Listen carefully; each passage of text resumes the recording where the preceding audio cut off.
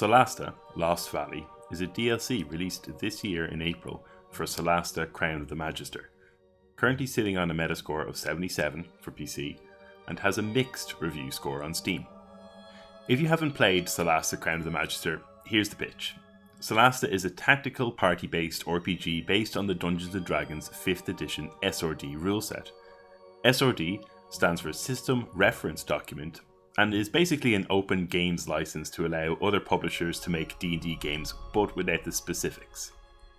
In essence, this means Tactical Adventures, the creators of Solasta, were allowed to use the framework of the rule set but had to change things like the subclasses, for example. Now, since this review is supposed to be 5 minutes or less and I'm still talking about a game that's not the subject of this video, I'll sum up Solasta like this. It does a very good job of implementing the 5th edition rule set into a video game and has some good set piece battles with excellent utilization of space and height. And that's about it.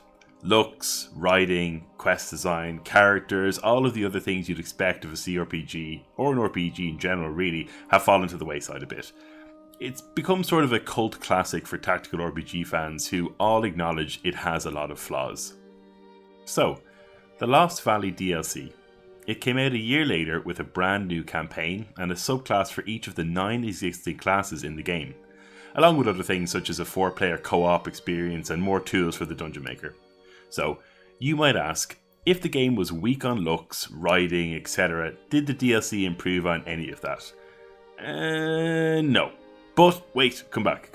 Despite not specifically improving on those aspects, I actually think the DLC is a much better experience. The campaign was created to be a non-linear, replayable story, giving you a bunch of factions that you can side with and leaving it up to you to decide where to explore. To briefly summarise the plot, you and your party have wandered into a territory ruled by a tyrant mage named Ornetus. He has cast a spell around his dominion, allowing wanderers to find their way in but trapping them inside when they have done so. The aim of the game is simply to get out of the Lost Valley, and to do so you must find allies from the various factions who are all at odds with each other. The game leaves it up to the player to pick what factions to ally with and which to make enemies of, and therein lies the non-linear path and replayability.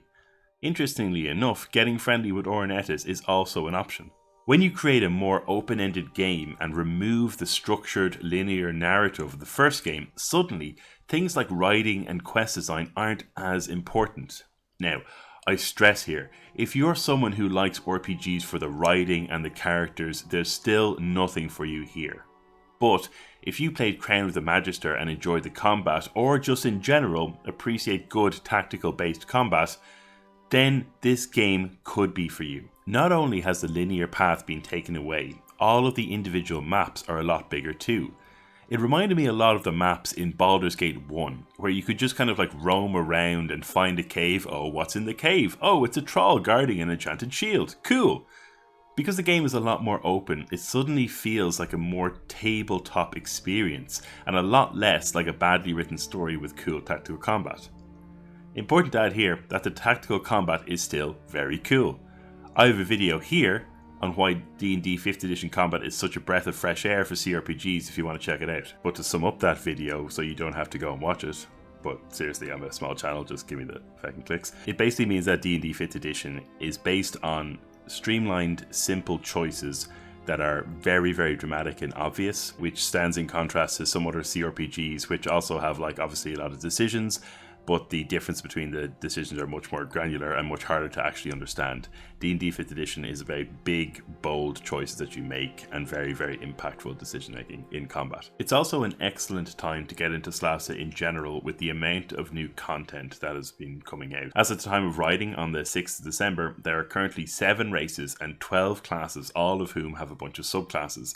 The modding scene is excellent as well. I mentioned the dungeon tools earlier, and there are already a lot of well-received modules, including the Temple of Evil campaign, which is a remake of the classic Temple of Elemental Evil. There are also mods to expand the SRD license that Tactical Adventures were forced to use, and adds in just a ton of new races, subclasses, feats, etc. So, to sum up, you might be interested in Solasta Lost Valley if you enjoy the 5th edition rule set, like good turn-based CRPG combat, and value RPGs with a focus on combat and exploration over writing, characters, and quest design.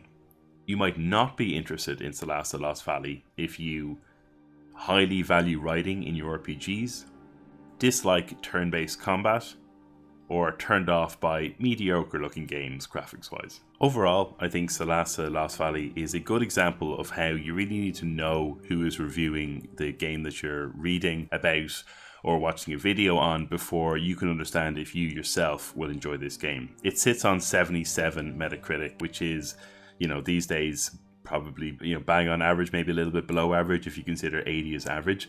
However, I would consider the Lost Valley DLC for Solasta to be one of the best CRPG games I've played in recent years. It absolutely has its flaws, and you have to be able to get past them. There is no excusing the writing in this. It doesn't look very good.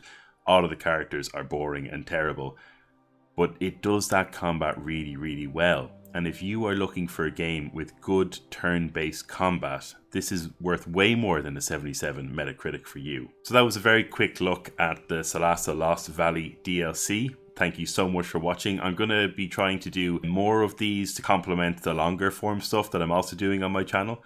So if you enjoy them, if you enjoy this video, please like and subscribe. It really helps the old algorithm and my channel. And, leave a comment. What do you think about Lost Valley? If you want me to talk about other games, give me a shout here and I will absolutely have a look at them. Thanks so much for watching, guys. See you next time. Bye-bye.